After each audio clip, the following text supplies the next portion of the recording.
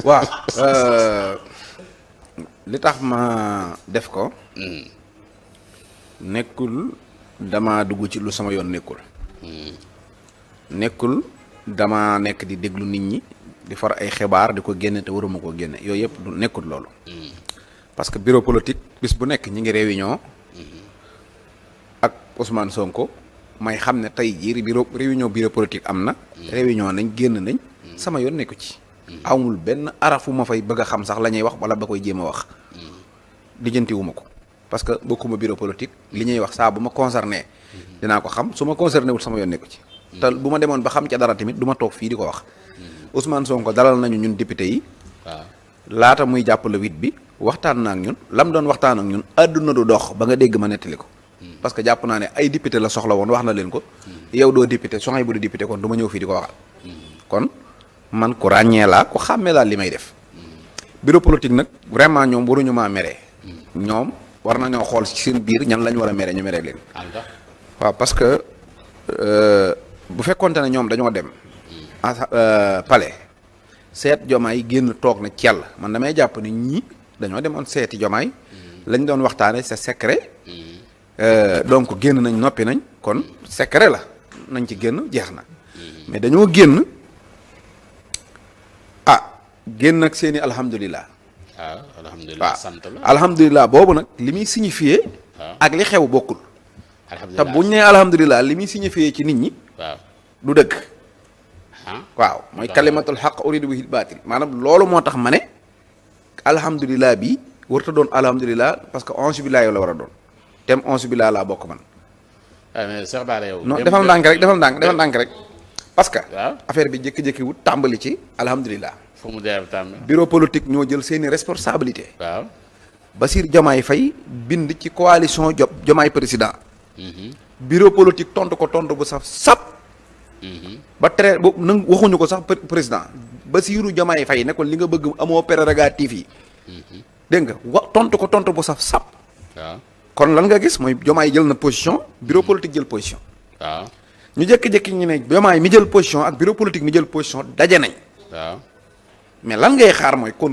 Diomaye moom ci continuité leetaram la nekk ci continuité lettre bi mu bindoon damaa fal Mimi Touré na ma dajaleel mbooloo mi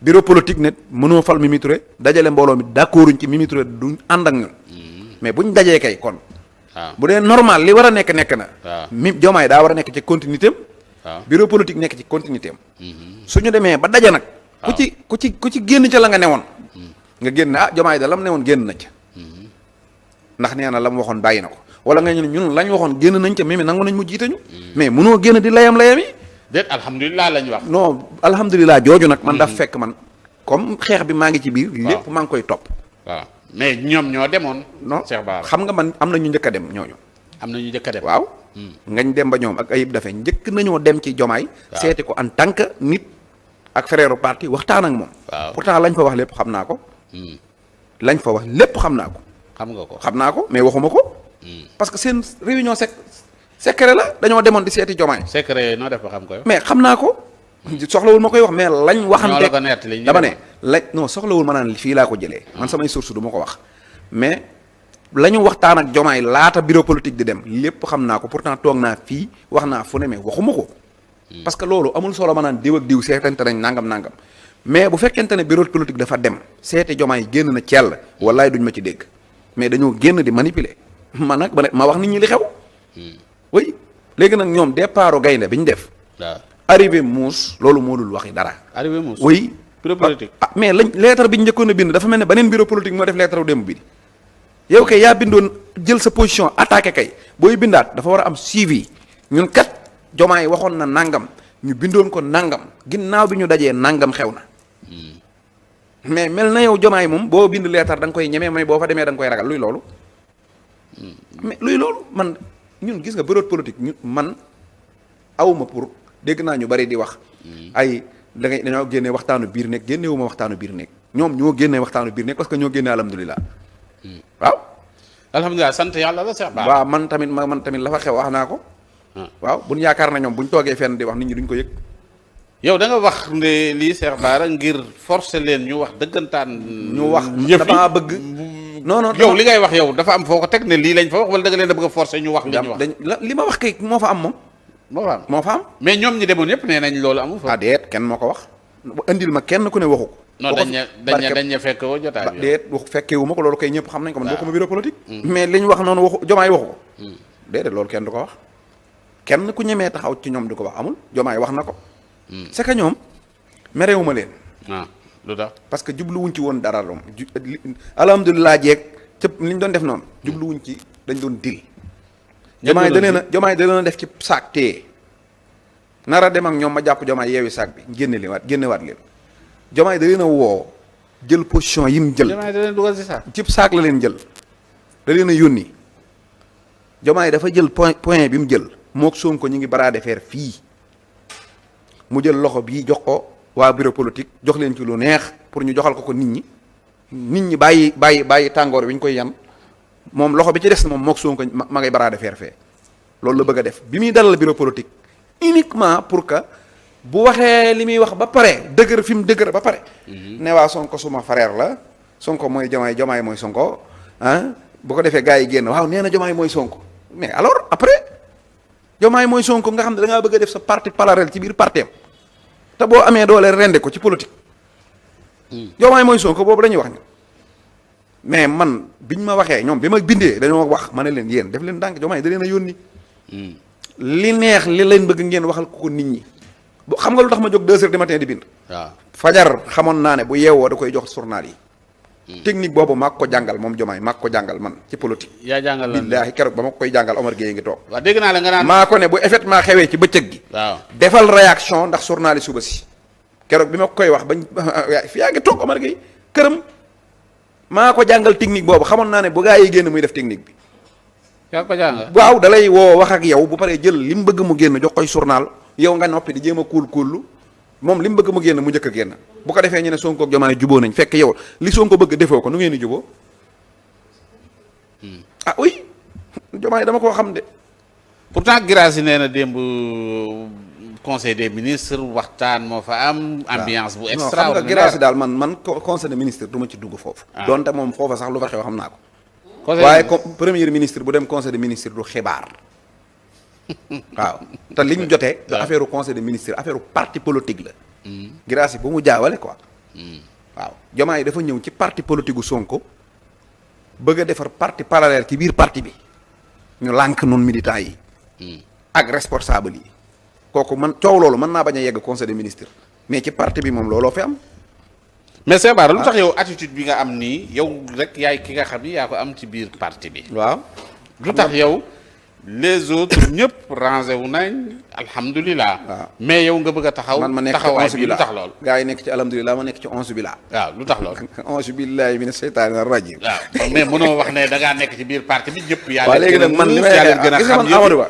léegi gis naa mbaal man wax Amadou Ba gis naa ko muy wax Amadou Ba waaw du ma ko wax daara man yàkkamtiwuma moom sama waay la xam naa ko xam naa ne mimi adduna du yàgg ba Amadou Ba topp mimi man xam naa loolu waaw adduna du yàgg ba Ndiagne Demba Touré topp mimi adduna du yàgg ba Fadilou Keita topp mimi adduna du yàgg ba Pape Alé Niang topp mimi Diomaye man yàkkamtiwuma li may xeex gis nga man attitude bi ma jël xam naa ko man te billaay wallaay ñëpp dinañ ñëw fi ma ne xam nga am na jaaroon nañ fi maak Omar Diagne may wax ñëpp di ma saaga bàyyil Omar Diagne anamu léegi man politique dama am lecture politique dama am man xam naa fi ma jëm Diomaye Faye li muy def képp ku conscient ci li muy def comme man di nga xeex ak moom boo bëggee xam gravité bi rek mooy Sandiogou yoral 1000 milliards rek na da ngay defar gouvernement parallèle ci réew mi ba xam Diomaye dana la ci bàyyam déet defar say ministre de l'intérieur rek defar sa armée bopp dana la ci bàyyi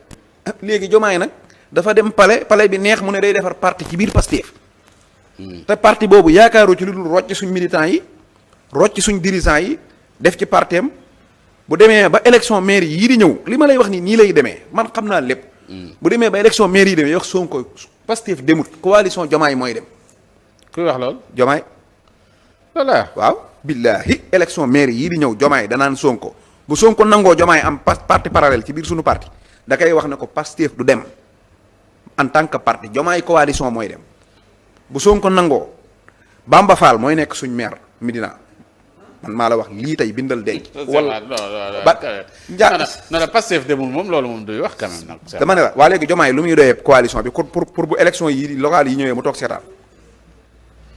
waaw non mais 1 + 1 = 200 Ndiogou nañu analyser politique.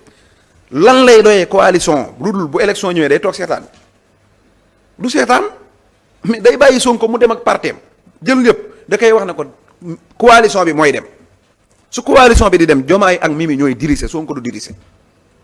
Diomaye ak Mimi waaw Sonko ak Diomaye ci xeex lan jëm ku yebu teel a tàmbali parce que Diomaye mi ngi dajale ay yat ak i kuuram bu ngeen naan non nan waxtaan yow ku ñëw ci parti jàmbur ne day diriger dafay def parti parallèle nga ne nañ waxtaan ak moom.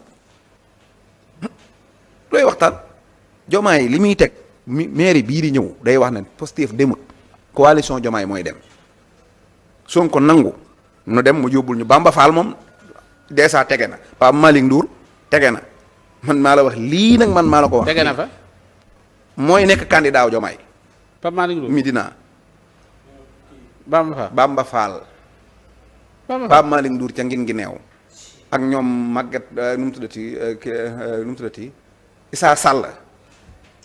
waaw Diomaye ñoo ñëpp dajale na leen ba teg li muy xaar rek mooy bis bu rafet. yow Sebaat li nga wax di foo ko yëgee yow. li ngay wax dencal rek man kay lu ma la wax dencal xam nga ne yow Diomaye monté wutub coalition pour seetaan day monté coalition pour dugg su demee bu fekkee Sonko bañ na xeex bi foofa lay neexee su boobaa ñëpp yoo ko jóg naan tir mais jaar na sa kaw ba pare fii la noor a bañee sëñ Mbacke Soxna Lo daa am ku mas di booy bi daa toog ci kanamu sëñ bi mu ne ko jox naa la sama doom ji àdduna ak àllaaxira day toog ci daara ji booy bi ne ko déedéet papa tooguma de sëñ Mbacke ne ko bañ de moom ca bañukaay ba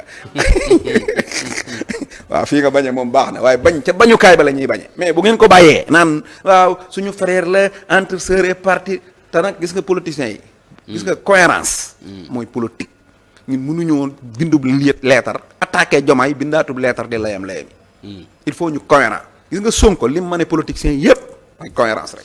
kon yow Cheikh Bara yow jàpp nga ni Mimi dana am ndam ci li nga xamante ni bii mooy. non léegi Mimi du ci am ndam. waaw donte nag Mimi sax man. dama koy xaw a déet yow kay boo demee beneen. waaw non baal ma wax la rek kay moom xam nga li nga bëgg ak lii am bokkul. waaw moom laa wax démb waa bureau politique ma ne leen li ngeen bëgg a dégg. ngeen di wax waaye waxu leen li ngeen dégg. waaw Diomaye mu ñëw ne Sonko respecté naa ko sama kilifa la moom laay topp ci politique lu mu wax laa wax loolu ngeen bëgg a dégg waaye déggu leen loolu. déggu leen loolu Diomaye mu toog di waas Sonko ngeen gis di ko attaqué te dinaa ci ñëw suma noppee continue kii bi ndax Mimi dina am ndam nga wax wala du ko am. waaw Mimi du ko am. du dara waaye maa ngi koy jéggu waaw da nga may may nag mu saa njóogu ma jéggalu Mimi. jéggalu Mimi waaw publiquement ak Diomaye Faye ak Abdourahmane xam nga lu tax. Diomaye ci maninam la dem. waaw Abdourahmane ak Mimi lu leen waaye wax daa tooñ. waaw dama leen a tooñ. ndax bu fekkoonte ne dañ ne sàcc bi. daa sàcc coffre-fort bi. waaw sàcc bi loo ko def moo la tooñ. waaye bii yoon nag coffre-fort bi moo dem ci sàcc ba. waaw maanaam coffre-fort bi moo jógee fi mu nekk dem ba ca sàcc ba léegi yow saawe bu loolu loo wax sàcc bi tooñ ko moo dem ba ca sàcc ba bu njëkk dañ daan teg nii président de la république toog. waaw parti yi di ñëw di rallier di ko fekk si. waaw ñu naan parti baa ngi yaatu waaye bii yoon maanaam Sonko moo ñëw tëj kër gi. waaw transhumance mënta am ñu toog 18 mois kenn mënta transhumé président bi dem transhumé moom. waaw jógee ci politique bi dem fekk transhumant opposition ba dem transhumé bàyyi na fi ñun parti au pouvoir. kon loolu maanaam situation spéciale la. waaw man nag Diomaye dama ko xaw a yërëm. entre moom ak Mimi damaa nuru ku ñu def kiwinet. kuñ def kiwinet. kuñ def la mooy kiwinet xam nga ko. kiwinet mooy la parti bi kiwinet la. waaw dañ lay xoy. dañ naan la ñëwal gana. ñëwal di saa ndaw su doon wax xaw ma coro xaw ma naan la ñëwal gana lii moo dàq fii laa ilaaha illallaah fii moo neex. nga bàyyi li nga yoroon topp leen. waaw. boo demee.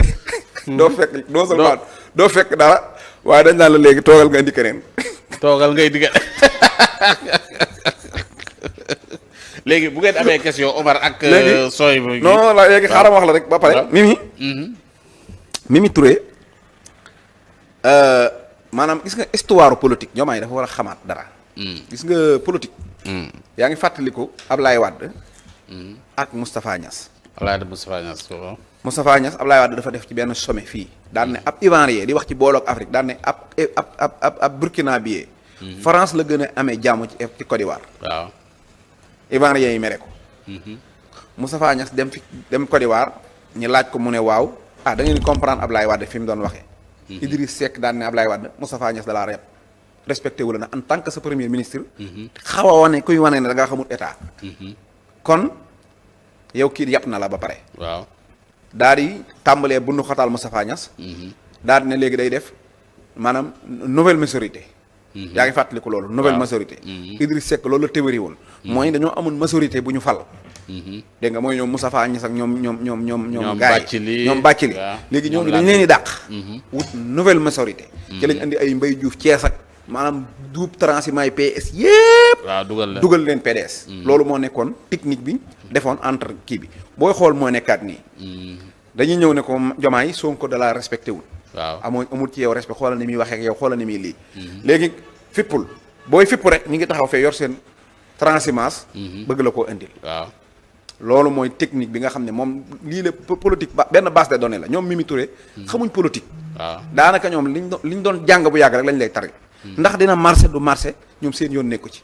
mais moo tax Diomaye moom lii muy def. man de dama koy woowaat mu dellu si.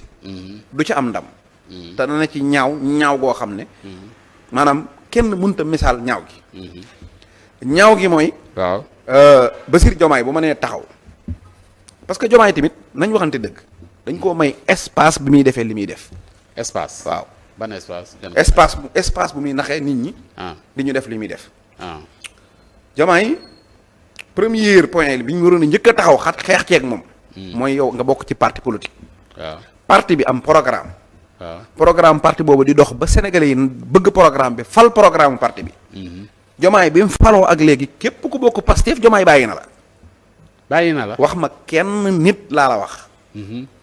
ku bokk Pastef koo mas a gis Diomaye wax ma kenn mësta recevoir nitu Pastef. mësta toog ak benn bànqaasu Pastef du Moncap du Modap du Mujib du keneen. dégg nga. waaw mësul leen a recevoir amul ci ñoom soxla maanaam da leen a bàyyi dem wuti ay nit yi boppam wut ay nit ñu beesam toog. loolu Pastef nangu ko. waaw biñ nangoo loolu ba loolu tegu ñu ne nañ defar gouvernement gis nga bi ñu defar gouvernement dafa fexe ba gouvernement bi li ma leen di wax nii nag ma analyse politique la. waaw bi muy defar gouvernement seetlu dafa fexe ba nga xam ne gouvernement bi Sonko bi genn wàll gi la xam am seen numéro téléphone xam leen geneen wàll gi Sonko xamu ci kenn. ah bon waaw premier gouvernement bi mu teg. waaw genn wàllu ministère yi Sonko xamul leen xamul fu ñu jógee. tabbu daaxe fii dabbu daaxe parce que li mu bëggoon mooy Sonko téyeb xaaj mu téyeb xaaj bi mu ñu jógee ci ministère yi. DG yi képp koo xam ne daanaka rek maanaam yor nga poste bu baax. faluñ la parce que Pastef mais dañ la fal parce que copain Diomaye nga. loolu ñun ñëpp jëwee nañ ko Diomaye yi ngay fal copain mi rek. ay copain waaw képp bu dee Pastef nga bokk. waaw bokk ci Baye Fall Sonko yi wala kuñ xam ci Sonko nga xam ne kuñ xam nga. waaw mënoo baax fas ba romb PCA. waaw xoolal PCA yi maam Biram Waaj PCA la Ousmane Diagne Ngouda Mbuub Sadiq Top docteur Cheikhouna Bey Fala Fleur Habib Sy dégg nga Jamil Sané ñëpp maanaam fenn la leen takk teg mooy PCA. parce que lu mu bëgg mooy xalaat na ne bis dina ñëw mu wor leen su leen woree bu ñuy baji bu ñuy génn du metti ci moom. nii la def léegi bi mu ci jógee maanaam loolu def na ko mu jàll mu jóge ci tàmbali di jël noonu Pastef yi di entretenir parce que coalition bii man Diomaye gëw ma ne. waaw keroog bi muy takk biñ koy fal. waaw moom fekk na jël na décision bu toogee war Pastef parce que ñun ci digg wax ji Omar Diagne mujj ci Sonko ci Diomaye Omar Diagne. waaw bi mu génnee bi ñëpp naan Diomaye Sonko. moom dana woon Diomaye kon ci Diomaye la ko déggee. Omar Diagne waaw ci Diomaye la ko déggee. waaw léegi Diomaye yii la teg ñëpp nangu ko mu jekki-jekki maanaam tàmbali nag léegi ne damaa war a dëkk ñiy guerre bi nan laay def mooy damay dem jël Mimi Touré nga xam ne man Mimi Touré doone ma ay nit ndax Mimi Touré Pastef bëggunu ko. waaw PDS bëggunu ko APR bëggunu ko waaye maanaam bañ na Sonko bañ na ko. keroog bi mu ko bëggee fal Sonko ne ko ne bu ko fal mu lànk Mimi Touré bi ñu ko falee jël na liste ay nitam jox Jomaay ne ko falal ma ñii Jomaay fal leen Sonko na Sonko lànk na ko du ñii duñ leen fal Jomaay xam na ne Sonko ak Mimi duñ nuyoo mu ne comme damaa war a xeex ak Sonko baal ma wut ko ñeme. loolu nga yaakaar. li man kay li may wax man ay feelaay wax. jël Mimi Touré teg ko parce que Mimi moo ñeme Sonko loolu dong la koy doyee. Mimi ñeme Sonko waaw. léegi loolu ci la toll nii ak lenn mooy biir Pastef jàpp na ne directeur yu bëri danañ bàyyi Sonko topp ko. ministre yu bëri danañ bàyyi topp ko. xëy na mi ngi am nay député yu mu jënd mais député yi moom kooku garantie laa ci joxe man assemblée laa mën a assuré xëy na militants yu bëri am na leen. léegi su ma attaqué Sonko damay xaaj parti bi. lu baax li ma lay wax stratégie Diomaye su ma xaajee parti bi léegi balaa ma ko attaqué nag maam seema laay teg mooy damay fexe ba nga xam ne dama naan xam nga Diomaye bi mu njëkkee taxaw daan ne waaw rapport yi dañ koy jëlnee kon ñi rapport épinglé la doon def signal ku jóg mu ne la da ngay dem haute cour de justice de yow waaye man woote naa jàmm ci réew mi premier ministre moo nanguwut dégg nga waaye garaawul dinaa xool nuñ def ba mu oyof bu ñu la waree topp ci 100 milliards ñu toppale ci 100 millions looy def da nga boo ñibbee da nga naan Sonko ma bëggoon a rey Diomaye ma dimbali ay Mbagnick Diop. mais Cheikh Bara ni ngay wax nii la demee. mais yaa ngi ci pénc mi. sa xalaat ngay wax nii bàyyil sama defaloon maa rek. Mbagnick Diop suus gisoo ko ñu def ko loolu. ay Wally Seck waa APR ñépp da ngay dem wuy ji ñu tegal la benn affaire bu ndaw nga dem toog sa bopp yow da nga naan Sonko moo ma bëggoon a tëj Diomaye moo ma sauvé Sonko nee na ñi ñuy tëj ñëpp maanaam nga ciy defar sa image di yàq sama image dégg nga soo ci jógee homme d'affaires yi da ngay jékki-jékki ku mel ne Mohamed Dieng nga kale ko ci dossier jaari ci suuf ne ko dinañ ko régler affaire bi sedd mu ne Sonko la mere ko looy def mooy Sonko dem na fi mu ne nii ba nga xam ne journaliste yëpp ko bañ daanaka amuti sëriñ si waxuñu ci moom dara politiciens yi waxuñu ci moom dara mu desee patriotes yi làmmiñu daaroog asoraak ku sëqat dem kaso su ma ko téyee foofu balaa 2029 patriotes yi doo nga la dese ñu bakku suñ ko bàyyee man 2029 bu ma taxawee ne ko léegi damay dem nekk candidat buy xeex ak man kuy xeex lii mooy schéma bi Diomaye tëral dégg nga heure bu ko yëkkatee nag day am lu ciy feeñ mu gaaw tegaat ko ne waaw barke Fapes du ma leen wor man Sonko ne waaw xam nga ñi daal tegaat muy puus ndànk-ndànk waaw billaay noonu lay def da lay xola day def lu ne weng Sonko non bu ko Sonko yégee day ñëw ne ko non billaay du ma la waaye man bu ma la naree war bàyyi politique barke Fapes xam nga Sonko ne kon maa ñaaw njort rek gaaw sa waay di teg li muy teg mais lii ma lay wax lépp xoolal Diomaye yow yaa ngi doog a comprendre yow tey yow yaa ngi doog a comprendre Diomaye bi muy woote dialogue lan la ci jublu kan moo comprendre woon dialogue bi kan moo comprendre woon ñu dem élection législative Cheikh Omar Diagne bàyyi bañ defar liste ba noppi mu génn saaga Mouride saaga Tidiane saaga Layeni saaga Xaadiri réew mi boy Diomaye téye ko ci palais bi kon majorité waa APR la ko bëggaloon bu paree kare ko ànd ak ñoom ndax bëggalu ko Sonko Diomaye Omar Diagne yàqoon na suñu élection nan nga mën a comprendre yow nga dàq Omar Diagne def na dara nga baal ko mu defaat dara nga baal ko mu defaat troisième nga baal nga dàq ko ba noppi de maaye aju moo jot yéene bokk reer waaw moo Omar Diagne Salimata Dieng est-ce que dana bokk ak Diomaye reer ku ko xalaat pourtant Omar Diagne ak Diomaye kasool lañ bokk Salimata Dieng ak Diomaye parti lañ bokk pendant 10 ans boo kii boo ko dàqee amoo ci moom kóllëre gooy sàmm mais kii moom da nga koy sàmm parce que xam nga lan nga tax nga koy entretenir daa bañ Sonko te da ngaa bëgg recruter ñi bañ Sonko keroog bi Diomaye njëkk a ñëw fal Samba Ndiaye nit ñi ne ko doo ko fi fale ba mu génnee dafa assumé ne damay fal ndax ñi doon saaga Sonko loolu warta tee ñu fal nit duñ ko dégg da nga naan loolu doo ko xalaat mais après loo gis ay kaw sara faal ak maire bi nekkoon général ñu ne loolu lan la mooy maanaam dafa am xam naa ne benn arsenal boo xam danaa day bind ci internet bi insulte Sonko bu ñu insulté mu xool profil yi di leen dajale par benn di yóbbu pale parce que waaj na xeex ak Sonko te faaw mu wut ñu ko mere lii moo nekk li Diomaye déroulé ba mu yegg si fii léegi nag fi Diomaye toll mooy parti parallèle kuy wax Sonko ak Diomaye nan juboo daa bëgg ñu coup d'état Sonko man maa ko wax te li may wax fii ci télé laa koy wax dana leer ak nañ Diomaye ci coup d'état Sonko la nekk waaw da ko bëgg a coup d'état man maa la ko wax. waaye coup d'état bi mooy nangu parti Pastef téye ko. c'est vrai. c'est que man li ma jaaxal mooy yow pour yow fi mu doon yow kon yow pour yow Sonko day nelaw quoi.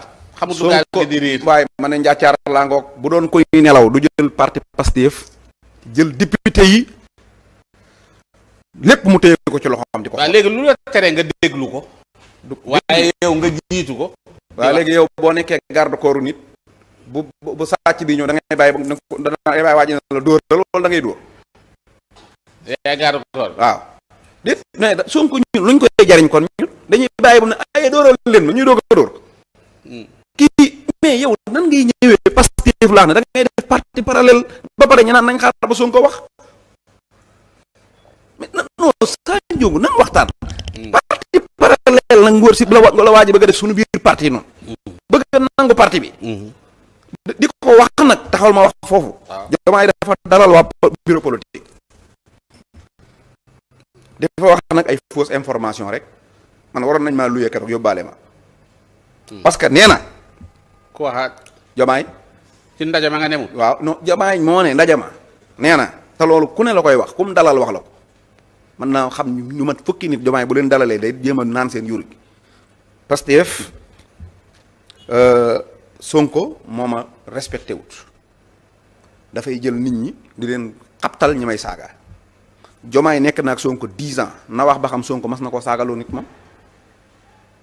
lan moo tax kon Sonko mosu koo saagaloo kenn mu gëm ne moom léegi Sonko day yónni nit ñi ñu koy saaga moom bi muy bind ci magistrat yi kan moo ko sant bi muy saaga Marito ñaan mi kan moo ko santoon yëg-yëgu boppam la bi mu saaga Marito Sonko da ko ne waroo ko woon a wax lii parce que rafetul dégg nga Diomaye bu waxee ne Sonko dafay wax nit ñi ñu koy saaga loolu amul man maa ko weddi xam nga lu tax Diomaye ñetti yoon la ma sa am problème Sonko patriote yi bu ci nekk décision personnelle am la benn bu njëkk bi mooy moo fal Samba Ndiaye sénégalais yi jóg dal ci kawam kooku décision personnelle am la du Sonko ñaareel bi ci des mooy moo falaat maire boobu doo kon général sénégalais yi jóg dal ci kawam Sonko génn daan ne bu leen ko wax dara bàyyi leen maanaam mooy guddi gëm génnoon bàyyi wax may leen ñu oxygène ñetteel bi moo bindub leetaram folli ay dem boo fal Mimi sénégalais yi jóg amul benn yoon bu mas a am ak problème sénégalais yi mu jóge ci Sonko loolu na leer naññi te moom mi ngi jël am bugaar juufam teg ci wet gi muy saaga Sonko guddeeg bëccëg suba ngoon kon bu amee benn acte bu ñu mën a teg ne kii day saagalu Sonko moom mooy saagalu Sonko mais Sonko mosu ko saagalu loolu dafa war a leer naññi ñaareel bi ci des mooy Diomaye nee na Sonko da koy manque de respect. fu mu ko waxee. ñëpp la koy wax ci gàttal man Diomaye lu mu wax man dégg naa ko maa ngi ci biir di Diomaye benn affaire rek la bëgg a ŋànk téye mooy bi ñu toogee ci sommet bi te Sonko wax ne chef d'état africain yi nañ jël seen responsabilité ci franc CFA. Diomaye dégg naa bi ñu jógee Embalo da ko ne sa premier ministre bi respecté wu la mu ŋànk loolu mere ko ci dégg nga Diomaye nee na Sonko day taxaw ci nit ñi di wax ay wax yoo xam ne ak di def ay manière xam nga Diomaye maanaam di def ay manière di respecté wu ma daal nee na looloo ko naqari da koy diir mbagg moom nee na looloo ko metti ci Sonko xam naa nag waroon naa yëg ne ak nee na waa Pastef duñ ko woowee président duñ ko màggal xam naa dafa bëgg ñu koy wax prince héritier de Ndiaga ñaaw maanaam yooyu daal xam nga fa gars yi waxuñu ko loolu xam nga nee na moom daal nit ñi respect bi ñu ko war a jox dafa des daal moom loolu lay wax nga xam ne Diomaye yow loolu loo ciy dégg saa ñoo ko mooy nit ku matul kilifa parce que kilifa dëgg dafa war a defaru ba ay affaire de personnel. allez-y. affaire de personnel. yaa ngi may dégg no xaaral affaire de personnel doo ci taxaw Sonko boo ko laajee loo jotee ak Diomaye bureau politique laaj nañ Sonko loo jotee ak Diomaye xanaa xam nga bureau politique Sonko lañ njëkk a dem day wax justice bi martyrs yi ñi rapport épinglé te ñu nekk suñu biir vision bi ñu joxoon sénégalais yi comprendre nga Sonko yii lay wax boo laajee Diomaye mu naan ni ñu may xoolee ni mu may woowee ni muy toogee ak man yooyu lay wax moom mooy affaire gone ay wax yoo xam ne maanaam yëpp ci sa jëmm ji lay dellusiwaat te gis nga Diomaye li mu war a xam mooy 18 millions sénégalais yëpp moom dafa war a xam ne ñooy patron du sunu buur du sunu sang sunu serviteur la mais nekkul benn waay boo xamante ne dafa war a nekk ne nongu sunu kaw te gis nga nit bu la yàlla yéegalee Bassirou Diomaye wàccay sa yéeg waaw bu la yàlla xasee ba yéegal booy wàcc yaa ngi yéeg waaye bu la yàlla yéegalee nga mel ne kuñ daakaane gën a ak say mbagg day mujj da ngay soof nit ñi te danaa la wax benn affaire xaaral ma wax la rek. non may ma foofu point boobu rek son bu ma ñëw comme émission bi xaw naa am tuuti heure. gis nga Sa Diop. non heure baa ngay dem. waaw may ma yeggale lii kon may ma yeggale rek parce que Diomaye day jékki-jékki wax yoo xam ne du ko teg fenn. parce que bu waxee ne Sonko respecté wu ko léegi moom nañ ñëw ci digganteem ak Sonko. Diomaye est-ce que xam nga ne tey danaa la defal révélation yu bari bi muy delloo Ousmane Sonko secrétaire général parti bi waxu ko Sonko ci télé bi la ko yëgee moo tax ku naan Diomaye du war Sonko waroon na ko bu yàgg ba ndax ko la dénk secrétaire général parti nga dem ba noppi ci def sa discours à la nation ne delloo naa secrétaire général parti bi te waxoo ko ki la ko dénkoon du respect Diomaye bi muy dàq Sonko dafa jël Cheikh Tahirou Fall nga xam ne moo ko doon jàngal alxuraan di nit ku dëgg ko am xam-xam mu dénk ko Diomaye def ko conseil bi mu koy dàq tàgguwu ko Sonko ci nit ñi la ko yëgee dàq ak Salimata Dieng Sonko ci nit ñi la ko yëgee dàq ak Pape Mada Ndour Sonko ci nit ñi la ko yëgee loolu respect la ci entre Sonko ak Diomaye bu fekkee day wax ne dafa respecté Sonko nan ngay waxee ne yow Sonko yaay mooy sa xarit bi nga gën a bëgg nga jël noonam bi mu gën a bañ teg ko sawet na mooy sa ndey dikkee loolu manque de respect la ma wax la beneen révélation sunu meeting bii nu mujj a dem le 8 Diomaye dafa waxoon Sonko dafa wax ne day ñëw ci meeting bi bi mu ko waxee ba mu neex ko mu jékki-jékki daal ne waaw léegi daal du ma mën a ñëw parce que épidémie bi am Sénégal OMS wax ko su ma fa ñëwee day mel ne damaa irresponsable d'accord mais yow ci même semaine boobu dem na ci marathon bi kii bi armée bi soldats yi 5000 hommes wala lu ko ëpp mu dugg ci seen biir xanaa épidémie bi daa jeex loolu mooy manque de respect Diomaye moo gis nga Diomaye dama lay wax benn affaire fii laa koy wax Diomaye du woo Sonko téléphone Diomaye du kaf ak Sonko Diomaye sequt ak ma ne la Diomaye laa wax ak Sonko amuñ benn vie buñ seq en dehors liggéey lijjanti na ba du wax ak moom du kaf ak moom du ko seet lijjantiwu ko man maa la wax lii tey Diomaye Faye ça va doo président. man politique laay wax par sama parti bii laa toog man Pastef di wax waxuma ak président Diomaye laay waxal gis nga moom déglu ma bu baax rek. wuyu ma est-ce que xam nga ne est-ce que xam nga ne Sonko xamul ku ñuy fal ci Sénégal ak ku ñuy folle Diomaye séqut ak moom loolu waaw séqut ak moom loolu li leen gën a war a jox nag Diomaye moom ci lijjanti mbooloo la nekk nu mu leen attaqué biñ àndalee Marie Rose ku mu jël Alpha Thiam lu tax ngeen doog a gis Pastef di def passation de service jël ay car luy fu nay car jël ngan di saal feesal ko del parce que président da koo fal mimi ne ko président mbooloo la soxla bi muy def passation de service day wan président ne ko man yor naa mbooloo juumoo ci fal gi Diomaye ci boppam la ne mu leer naññi waaw kon yéen Pastef bu leen neexee ngeen nekk fi di salaatu wa salaam ak di maslaa de waaye man di maslaawuma ci kuy coup d'état Sonko damay lànk ba tëdd ci suuf nag waaw dara jotuma nag maa ngi koy wax fii feebaruma awma benn maladie maa ngi faju bu baax awma benn problème te yor man awma benn oto bi ma yor téeméeri million laa ko jëndee ngir bëgg oto bu am sécurité dara jotuma nag waaw kaso dong ngeen am te ragaluma ko man mais man moom fii léegi yéen a ngi taxaw jël tànk yi ngeen jël mooy tànk wor Sonko jël naa sama bopp damay xeex ak yéen waaw duma ci ànd danaa ko dénoncer fu ma man ak nu ma ko banee waaw. d'accord waaw loolu na leer.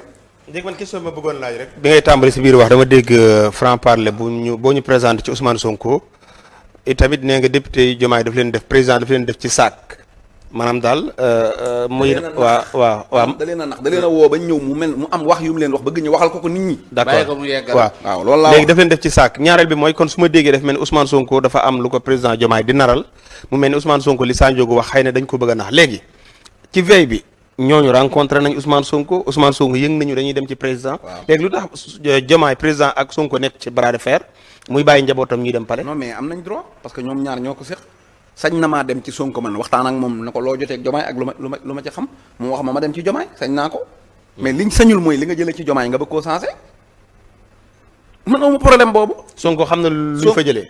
loolu daal wóoruma mais liñ bëgg a wax askan wi moom jëlewuñ ko fa. Diomaye moom ci li matt la matt te bàyyiwut arrièreul waaw c'est que ñii dañoo xamul ne Diomaye bana Pastef bu yàgg ca bàyyi démb ya. d'accord léegi beneen man bëggoon naa koo laaj. léegi nag waa léegi baal ma beneen bëggoon naa ko laaj. yow bokk nga ci Sénégal yi nga xam ne bi ñu ne dañoo tànn Diomaye te président. bokkoon nga ci ñi nga xam ni doon nga def li nga xam ne mooy campagne bi. yëgoon nañu ne demoon nga ci famille ci ay wuy juróom. waaw def nga ci ay actes yu am solo. Diomaye sama xarita. ñëpp mën laa nangul ni mënoon ngaa def benn médiation entre président Diomaye ak Ousmane Sonko. sama xarita de. léegi ak ay sama gars yi. waaw d'accord léegi loolu lépp am na loo xam ne du ma ko nangu. léegi li nga xam loolu lépp. waaw léegi lu may Cheikh Bara ne waroon na nekk benn médiateur boo xam ni yow ni nga mën a jël sa téléphone woo Ousmane Sonko mën a ñaan audience président recevoir la comme sa xarit la. du ma recevoir lan moo tax léegi lan moo tax duxoo nekkoo du jox. waaw léegi foofu nga juumee nag gis nga Diomaye. du sa xarit. Diomaye damaa xam ma xam ko mu xam sama jabar ma xam jabaram mu nekk sama nit. gis nga bi ñu koy jàpp kaso. mu wert mi mu sol. xaftaan boobu maa ko ñëw jox ko. bi mu nekkee ci kaso bi ñaari yoon rey naaw nag togg ko dem yët ko. ak non du ma wax yeneen damay wax lépp man xam naa li ma war a wax ak li mu war a wax. loolu léegi lan moo tax waroon nañu. Diomaye bi mu nekkee candidat man moo jël ñaari rakkam. ak docteur El Mansour Diop ak man ak Khoureysi Thiam ak samay benn délégation sëñ Mamour Mbacke bu Amérique ñu dem ba ca baayam man maa yëgal bàyyee Diomaye ne ko candidat la te Diomaye man la yónni woon ma waxe ko waaye Diomaye bi mu faloo ak léegi ni mu bàyyee ñi bëgg Sonko ñëpp la ma bàyyee waale man Diomaye damaa dégg mu def loo xamante ne man lii lépp gisoon naa ko de laajal Omar Gueye billaay dama ko daan jëwantu ci suuf Diomaye damaa yëg ñi ne voilà ñëwal continuer Diomaye damaa yëg ñi ne daa dem Njagañaaw bi mu demee famille am war koo rencontré protocole bi ñëw na li famille bi léegi dañ leen a dajale ci benn salle ne famille bi bu duggee da ngeen di jóg taxaw bu toogee ngeen toog léegi kenn mooy wax lii lay wax nii lay waxee président ñëw famille bi jóg taxaw mu toog gaa yi toog ñu jël kàddu jox ko président jël kàddu ma ne Mbateb ONC say mbokki bopp. ay mbokkam sa kër bàyyi sa mbokk yi bopp ngay dajal def lii ma ne Diomaye buy xool sénégalais laam daar lu muy gis. ma ne danaa ko ñaan audience dem ne ko Diomaye nguur du dara. bu mu la tee doon ka nga doonoon. yow nguur ci mbedd mi nga ko fore waxoon naa ko Omar Gueye ne ko nguur ci mbedd mi la ko fore. Omar Bamba Diop laa ko wax ne ko Diomaye nan ko seeti nguur Diomaye daa dox ci mbedd mi doo nga for ko na ko yoree ci mbedd mi na nekk sénégalais président bi gën a wàcc. bu ko defee mu yéeg. waaye léegi yow mënoo yor galaas. xaaral rek dama doon xaar man Diomaye dem yorum xar di ko fees. wala ñu seen ko mu yor ay fourchette am di lakk ay yàpp wala yooyu. waaye ni nongu ca kaw jàpp na yow kaway sa wàll ku nekk ci kaw dëkk. léegi yow jàmm ji daal jàmm. waaw déglu ma rek. yow mënoo koo waaw xaaral ma wax la ba ma demee bëgg koo wax loolu Diomaye fu ne wër naa ko fa. mënuma koo gis. Diomaye kuy am ak moom jàmm gis nga tey mi ngi doog a dalal waa Pastef bi mu demee ba jaaxle. waaw mi ngi doog a nangoo dalal waa Pastef Diomaye du toog ak ku bokk Pastef. man maa la wax lii. Cheikh Bara léegi nooy doxee jàmm. waaw Cheikh Bara léegi yow dañ laa dégg nga wax ni que dara jotuma damaa wér pëlëg. waaw sama oto. dara nekku ci 50 dara nekku ci téeméeri million lay xanaa jar. kon yow da ngaa jot ay menaces. man daal xam naa li ma wax. dégg jàllal ci leneen xam naa li ma wax man. dégg doon tontu ci damay loolu interpellé nit ñi rek. waaw damay wax rek xam naa li may wax da man. ngaa jot ay menaces ci dëkk bi. non xam naa li may wax. kon man daal dara jotuma. yow jàmm rek ngay am mais ma xaaral ma indi sama question. ñu jéggi Diomaye ñëw ci Sonko. parce que taxawaay bi nga am yow rek leen gis nga am ko ci ay kàddu. gis nañ xarit Diomaye ko bind ak ñeneen. mais boo dégloo ñeneen. ñoom ñëpp dinañ ñëw fi ma ne. boo dégloo ñeneen xam nga Diomaye daa jékkut ci ay nax. boo ko séenee ak sikkim bi da nga naan kii moom du caaxaankat. moo tax nit ñi ba léegi mënaguñoo nangu ne Diomaye war na leen mais bàyyi leen rek. waa léegi. da cee jékkut ci situation waaye yow xam nga ne yow ndaw su yor sa jëkkër. am gis geneen góor taq ca ñëw wala ne la léegi kaay da ngay bëgg nga waxtaan kii nga taq comme doon nga ne noonu nañ waxtaan rek mu bàyyi ma taq ci kii tey génn kii tey sa yëg kii la laa mën a ne. léegi ñun danoo yor suñu parti nga ñëw nekk ci biir parti bi jékki-jékki ne da ngay wutaat sa beneen mouvement parallèle sa parti parallèle ci biir Pastef. waaw léegi nag ba noppi ñu ne nañ waxtaan kenn du waxtaan. question foofu lay ñëwee bi ngay wax loolu dama ko retenir parce que loolu information bu bees bu ñu jox la léegi dafa bëggee créer beneen Pastef bis. waaw Pastef bis bi tamit Sénégal xaar may ma loolu Omar Gueye bala ma ko fàtte. may non dama koy bañ a fàtte man dama dul bind moo tax. parce que Pastef bis boobu ngay gis. Sénégal la ciy gaañ. soo gisee mu taxaw naan rapport épinglé wul Mimi nangam parce que xam na ne ñi mu war a àndal ñëpp ay rapport a leen épinglé benn muy bu élément nu mu tuddati Birane Ndour ak Jomaay nii la. Birane Ndour men mu uyusu Ndour. li muy def lépp bi Jomaay ci nekk ci ginnaaw. tax ñu yanu xeex bi. ma ne la bi Jomaay Birane Ndour moo nekk ca yëf ja Birane rapport da ko épinglé ma yëgal ko nit ñi. Xaadim Ba Lop Afrique. problème am boobu Birane nag ci biir dégg nga. waaw yamal foofu ba. waaw dama ne la defal ndànk rek des na. may mën a Ndour Faye mooy daanaka coalition bi mi ngeen di gis ci kaw waaye la ca suuf lépp may mën a. may mën a Ndour men waaw. moo ko tëgg jox na ko passeport diplomate moo koy entreteniral politiciens yi yëpp Jomaay li mu nekk yéen xamu leen ko gis nga démb man yëg naa ne Mimi Touré yónnee na Bërëbës ña demoon ab député nga ca biir ñu waxtaan ak Moustapha Diop pour que mu ñëw ci kii bi moo tax tey nga dégg sax journal yi tàmbali ko war a setal waaw dafa mel ne affaire bi Sénégal la nar a gaañ ci coalition bii parce que sàcc yëpp la bëgg a dajale ànd ak ñoom man nag dama koy wax ne ko na bàyyi Tahirou Sarr na bàyyi Abdou Karim Mbacké na bàyyi Dan Sarr ndax ñooñu lu mu dee sëñ Abdou Karim moom dafa deful kenn dara dañ koo tooñ bu dee Dan Sarr lu mu néew employé na ay nit te am na garantie de représentativité Tahirou Sarr moo ëppal njariñ ñoom Pape Malick Ndour mi yi mu bàyyi ñuy dem benn appelu Tahirou Sarr moo gën dund Pape Malick journée Pape Malick Ndour lëmm dégg nga na ko bàyyi mu ñibbi këram te toog xaaral rek Tahirou Sarr li tax ñu sonal ko laa lay wax fii tey meilleur ami Tahirou Sarr xaritam dëgg day xaritu Sonko Jomaay dafa njortu ne rek Tahirou Sarr mën naa jege Sonko moo tax mu koy xeex dégg nga na ko bàyyi mu ñibbi këram lam yi muy takkalaate na ko ci takkal. léegi dégg nga comme réew mi moom ab rapport dañ koy commandé léegi comme neex nga jël rapport bi toog ci ne diw moom du ma ko topp Abdourahmane Diouf mi muy layal tamit.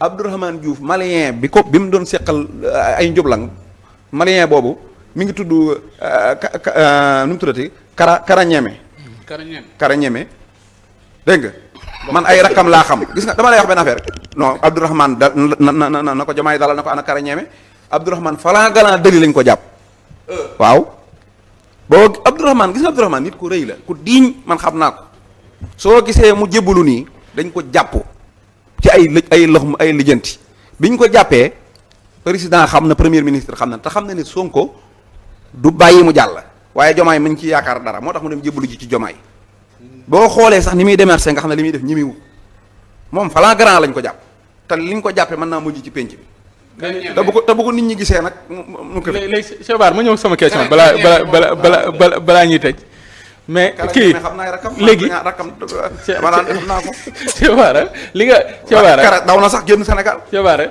waaw Cheikh Bara li nga xanaa karuñu ko Cheikh Bara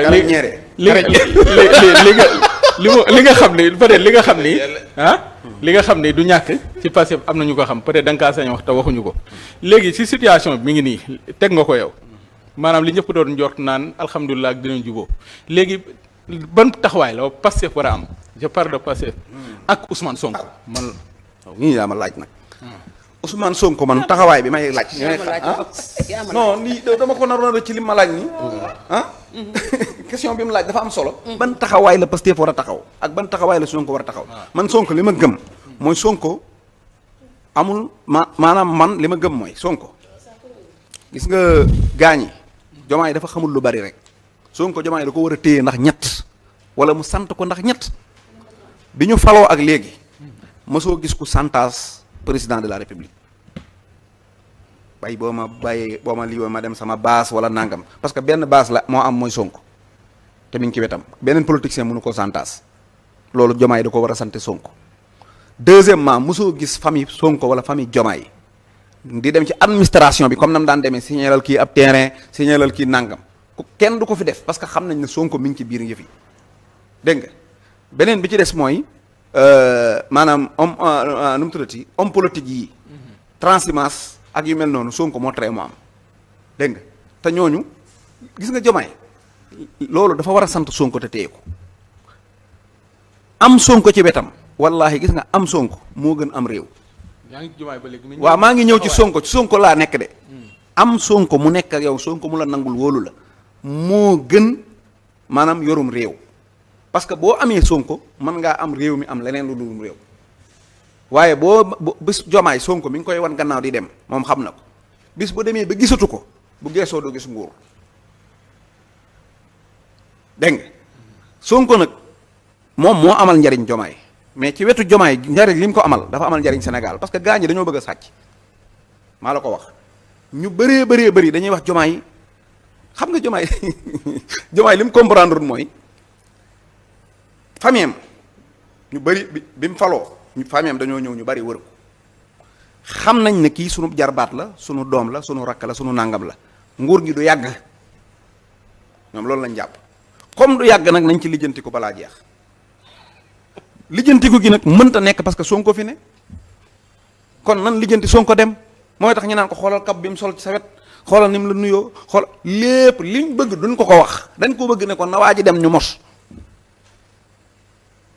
dégg nga moo tax Sonko man xaaruma mu génn gouvernement bi bis bu génnee gouvernement bi gars yi noos. mais sur le plan politique. waaw non loolu laa ko bëgg a wax mooy na ñëw gis nga na ñëw di xëyam di wàccam Jomaay yàlla jox na ko daraja yi mooy signé waaye yàlla jox na Sonko daraja yi mooy contre signé lu mu gëm bu ko Jomaay signé na ko signé lu mu gëmul bu ko Jomaay signé bu mu ko contre signé man loolu laa koy woo di ànd ak moom parce que premier ministre bi même bu ko Jomaay dàqoon ñun waa assemblée nationale imposé waat ko mu falaat ko far force fii ba 2029 Sonko koy premier ministre du Sénégal man loolu laay wax léegi bu dee ci politique ñun soxlawuñ Jomaay di ñu wax ay 2029 candidat la ak du ko soxlawuñ loolu ndax Jomaay yoon wi mu jël comme soutenir 2029 doo falu ah.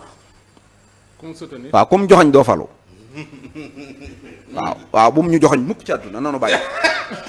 na leen bàyyi. nanu bàyyi 2029 ku bëgg a dem na dem moom bu bëggee dem na dem ñun ayewuñ ko waaye moom bu mu nu joxañ na génn ci Jomaay mu dem ba 2029 mu naan joxañ naa Sonko bu mu joxañ musiba dal ku yoo xam ne da nga ànd ak ñuy détourné ay sàcc ay ñu rapport épinglé Jomaay yi léegi man xam nga Jomaay bu ma ko gisoon nuyu ko lu ma ko bëgg a laaj fu procès bi toll ak ana procès ba ak loo doon xeex ci Macky Sall lu Macky Sall defoon loolu naqari ba nga koy xeex lam doon bañ ci Macky Sall lépp mi ngi nii di ko nangu kooku bu 2029 day fekk li la Tahirou ne woon Sonko day primé xamut kii primé nag Jomaay mii moo nar a primé ba nga xam ne comme joxañ nga primé waaw moom bu bëggee nekk candidat 2029 aayewuñ ko ñun na ko nekk moo coalition bu ko neex mais nun Sonko ñun la ñuy topp nu Jomaay te buñ demee ba 2029 Sonko mooy nekk suñu candidat ñun loolu rek la ñuy wax amul leneen mais cool candidat waaw teelu bu dee waa Pastef nag man li ma leen di ñaan mooy ñu ubbi seen bët yi te bàyyi sentiment bi gis nga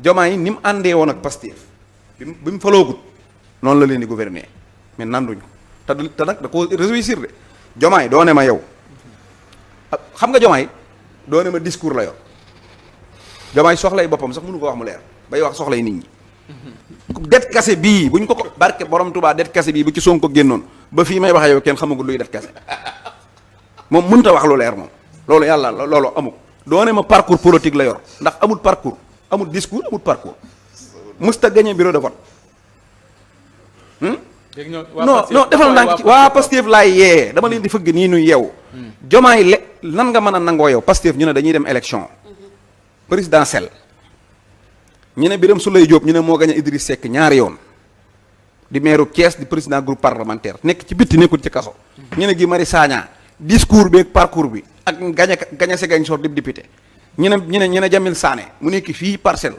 yor mairie te wóor na yàlla Jamil ak Sonko Jamil moo njëkk Jomaay ci parti bi de am loyauté lool ak Sonko nekk fii faloo ko Abass Fall gañ a Ndakaaroo gañewaat ko faloo ko nga dem jël koo xam ne yow non seulement fi mu dëkk maanaam ak boo comparé fi Jomaay dëkk ak fi Jamil Sané dëkk wala Birame Souleye da nga xam ne bokkuñu non seulement loolu ñii dañoo gañe ba nekki maire Jomaay musta gañe bureau de vote xaaral musta gañe bureau de vote léegi yow nga jël nga romb fi ñii ñëpp dem fal Jomaay xam nga loolu lu ko may Jomaay dafa nekkul nit koo xam ne dafa nekk nit koo xam ne day accaparé maanaam du bokk gis nga parti bi ñoom Matar Sène Jamil Sané ñoo ko samp Sonko ko fi indi bi mu ko fi indee Jomaay bi mu ñëwee dafa accaparé parti bi mu Birame Souleye mu buux leen jiite Modap jiite Mokap jiite lu ne mu samp ko coordonnateur yépp moo koy lijjanti nanguwul kenn laal dara lobby yooyu mu doon def nag noonu la def ba lobby ba Sonko def ko candidat mais du mérite parce que bu doon dañuy tànn par logique warut a nekk suñu candidat gis nga nag lobby yooyu mu doon def ba nekk sunu candidat parce que man Diomaye lenn doo nga laa ko mën a nangul mooy loyauté xëy na gëm na Pastef loolu laa mënoon jàpp te man loolu am na lu koy weddi nag firnde ndax fii lan mitin Kër Massar le 22 mars le 22 janvier 2022 ah Diomaye ñëw ne joxe na bakkan bi ñëpp dem di def ay test maanaam dee nañ 15 jours lañ ci teg mu joxe can takk jabar na wante dëgg yow joxe Kër Massar bakkan joxe feeb xol loolu lu mën a nekke ah defe nga ne yow 2022 ban leader Pastef moo ñemee ceetal Sonko ñemee naa woon nit ñi naan damay ceetal 2022 mais Cheikh Bara non dama lay laaj rek laa wax. Guy Marius Sagna la waxtu bi jeex na. xaaral ma yeggale li may wax. waxtu bi jeex na di. noonu mu defoon waa Pastef di leen nax ba jël seen nguur gi noonu la leen di naxe ba nangu parti bi éliminer Sonko lank leen man maa leen ko wax lank leen. na ñëpp lank te buñ ci déglu kenn man Sonko dong laa leen wax nañ ko déglu bu ci loolu jàllee nag man Diomaye man li ma koy wax mooy gis nga MSSR nee na.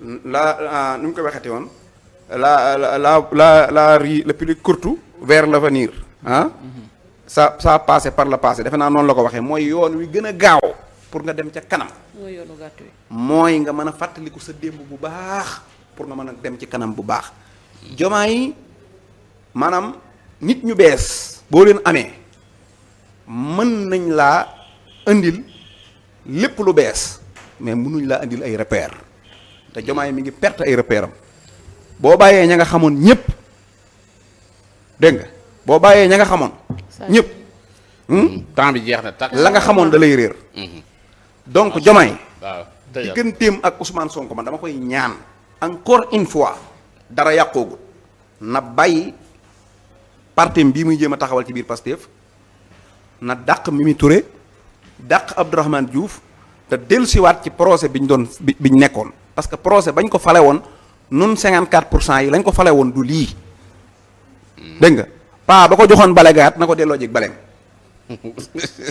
waaw parce que balewul d'accord dégg nga macha allah non may ma def ko message rek mooy na dellusiwaat topp ci ginnaaw kilifaam magam muy Ousmane Sonko nu liggéey Sénégal lañ waxante woon ak nit ñi ñu def ko su ko deful man de du ma ànd ak moom politique nag man dama lay wax benn affaire man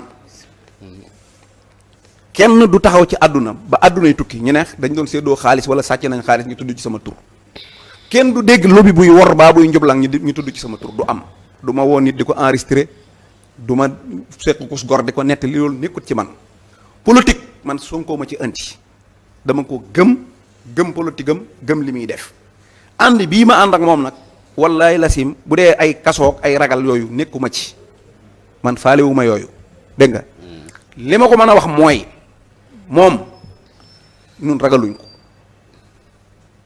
ko de dégg nga na xam ne ay gor la ko séqal yu ñeme kaso te ñeme dee parce que borom Tuubaa su bëggee teg lii mu teg nii mu dem ñun la fi fekk te man danaa ko lànk di ko lànk ba sama noyyi gu mujj. léegi bu ñu xëyee juboo fooy taxaw. kii temps bi jeex na. xëy juboo ñun politique dañ cee am suñu kilifa muy Ousmane Sonko. waaw may ma une minute boobu non waaw donc da nga maa laaj. politique non xaaral politique dama ci am sama kilifa muy Ousmane Sonko. waaw moom la ñuy topp. Diomaye dafa défier Sonko ci penc ba koo tër rendi ko te duñ ko nangu su demee ba dakkal loolu ba Sonko yëg ne moom loolu war naa dakk su ko dakkalee ñu dakkal ko. incha allah. daa kañ mu jeex jërëjëf su koy mbay kii yaa ngi noonu parce que temps ba jeex na tàkk. voilà jërëjëf El Hadji Sandiogou Mbengue jërëjëf El Hadji honorable député Cheikh Bara Ndiaye borom def bu gis jërëjëf am na solo donc di leen jox rendez-vous ba lundi incha allahu rabbi di sargal ñi nga xam ne ñoo nekkoon ci régie bi ku ci mel ne ki nga xam ne rek moom moo di El Hadji Modou Diouf Abdoulaye Top Cheikhul Khadim Cheikhuna Cheikh Ahmad Bamba Mouhamad Fadel ak képp koo xam ne ñu ngi doon bàyyi xel maa jigéen Diop ak ki nga xam ne rek moom moo di Ndeya jërë ngeen jëf ba lundi incha allah.